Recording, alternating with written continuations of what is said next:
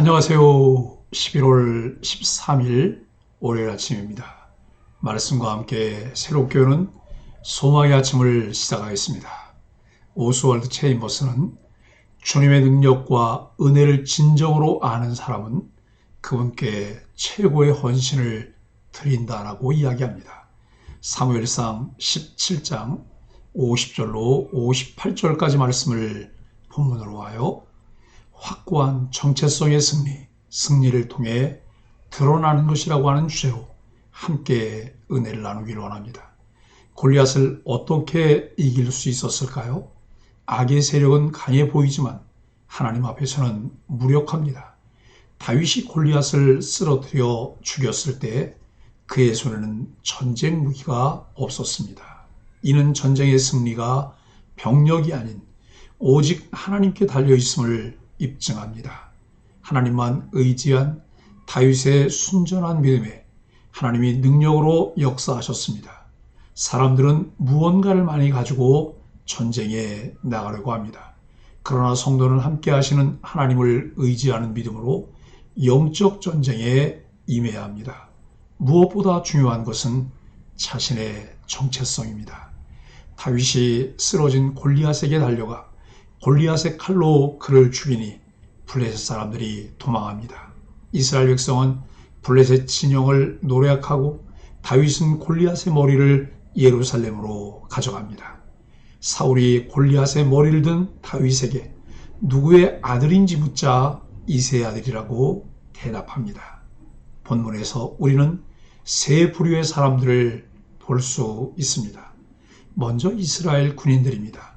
그들은 골리앗이 그들을 얕잡아오며 1대1 전투를 제안할 때는 두려움에 사로잡혀 있었습니다. 골리앗의 외모와 엄청난 무기만 보았기 때문입니다. 그런데 다윗이 골리앗을 죽이고 블레셋 군대가 도망치기 시작하자 갑자기 기세등등해져서 그들을 뒤쫓으며 전리품을 취했습니다. 이스라엘 군대는 겉모습만 보고 부하 내동하는 사람들의 모습을 대별합니다. 둘째는 사울과 아브넬입니다.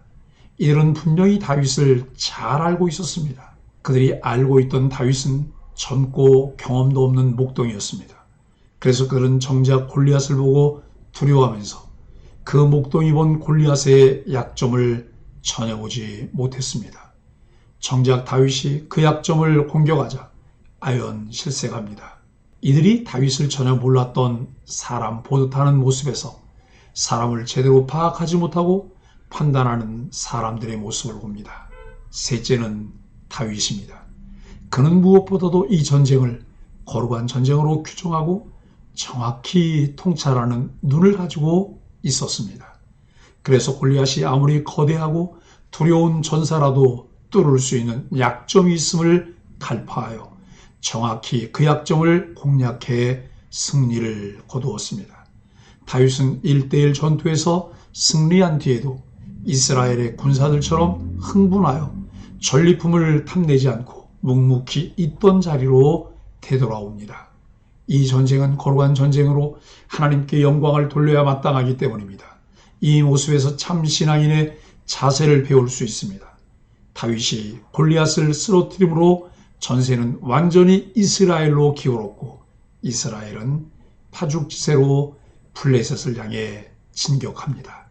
그리고 도저히 이길 수 없을 것 같았던 블레셋과의 전쟁에서 마침내 승리를 거둡니다. 하지만 이 전쟁의 승리가 하나님의 궁극적인 목적이 아닙니다. 하나님은 이 승리로 당신을 드러내시고 새로운 계획들을 내다보게 하십니다. 50절로 54절은 하나님의 힘으로 승리하는 왕입니다. 다윗은 골리앗을 물매와 돌로 쳐 죽였지만 그 손에는 칼이 없었습니다. 다윗에게 칼이 없었다는 사실을 사무엘서 기자가 명시한 것은 골리앗을 쓰러뜨린 것이 하나님의 이름 곧 하나님의 능력이었다는 의미입니다. 그러니 우리는 전쟁의 승패가 창과 칼이 아니라 믿음에 달려있음을 기억하고 하나님의 도우심을 구해야 합니다. 다윗은 골리앗의 칼로 그를 죽이고 그의 머리를 베어버립니다. 이는 다윗이 골리앗에게 했던 선언, 곧 내 목을 베고 블레셋 군대의 시체를 공중에 세워 들짐승에게 주어 이스라엘의 하나님이 계심을 알게 하겠다는 말을 실행에 옮겼습니다. 이처럼 다윗은 철저히 하나님의 이름만이 드러나도록 합니다. 우리는 세상에서 승리를 경험할 때마다 나의 이름을 드러내려 하지 말고 하나님의 이름을 높여야 합니다. 골리앗의 죽음을 확인한 블레셋 군대는 혼비백산하여 도망쳤고 이스라엘은 그들의 지역인 가두와 에그론까지 쳐들어가서 노력했습니다. 이 역시 다윗이 골리앗에게 했던 선언의 내용으로 하나님의 살아계심을 증명한 일이었습니다. 이제 블레셋은 당분간 이스라엘을 넘볼 수 없게 되었습니다. 이스라엘은 여호와 하나님이 곁에서 돕고 계심을 다윗을 통해 목격했기 때문입니다. 55절로 58절은 사람에게 주목하는 가짜 왕입니다. 사울은 용맹하게 골리앗에게 나아간 다윗이 누구의 아들인지를 묻습니다. 사울은 다윗에게 용사의 자질이 충분히 있다고 생각했기 때문입니다. 아직도 사울은 이 전쟁의 승리가 어디서 왔는지 모르고 있습니다. 다윗에게 임한 하나님의 영을 느끼지 못합니다. 우리는 사울처럼 하나님의 일하심에 무감각해지지 않기 위해 항상 하나님과 교제의 끈을 놓지 말고 영적으로 깨어 있어야 합니다. 아브넬은 다윗이 골리앗을 죽이고 돌아왔을 때 그를 사울 앞으로 인도합니다. 수음을 타는 연주자로 궁에 들어왔던 다윗이 용사의 모습으로 왕 앞에 섭니다. 그 누구도 그 자신조차 이런 장면을 상상하지 못했을 것입니다. 이처럼 하나님의 섭리는 우리가 생각지 못한 놀라운 방법으로 이루어집니다.